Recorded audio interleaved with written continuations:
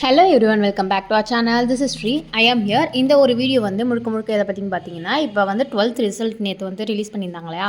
So நிறைய பேர் வந்து ரிசல்ட்டை பார்த்துட்டு நிறைய பேர் சாட்டிஸ்ஃபைடாக இருப்பீங்க, நிறைய பேர் சாட்டிஸ்ஃபைடு இல்லாமல் இருப்பீங்க, நிறைய பேர் ஃபெயில் ஆகிருக்கலாம், பாஸ் ஆகிருக்கலாம், வாட் எவர் இட் இஸ். அதை பற்றி தான் ஒரு மோட்டிவேஷனாக போடலான்னு சொல்லிட்டு இந்த வீடியோ.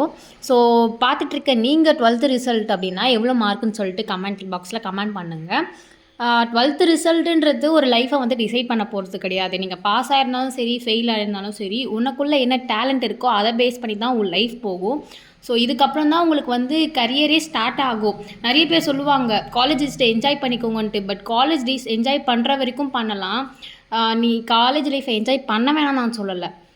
என்ஜாய் பண்ணுற டைமில் என்ஜாய் பண்ணு, ஆனால் படிக்கிற டைமில் படிச்சுட்டு. படிக்கணும்னா எப்படி காலேஜில் கொடுக்குற சிலபஸ் படிக்கணுமா, அது படித்தா போதுமான்னு கேட்டிங்கன்னா, அதையும் தாண்டி உனக்குள்ளே என்ன டேலண்ட் இருக்குதுன்னு பார்த்து அதுக்காக பேஸ் பண்ணி நீ படி.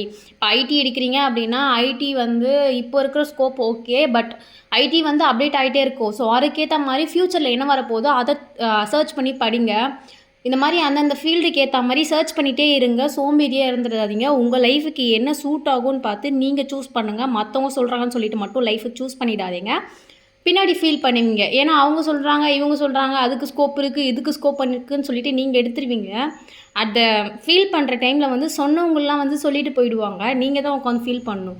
ஸோ உனக்கு என்ன வரும், உனக்குள்ளே என்ன டேலண்ட் இருக்குது, நீ உன் லைஃப்பை எப்படி டிசைட் பண்ண போகிற, உன் ட்ரீம் என்ன, அதை நோக்கி நீ வந்து முடிவெடு.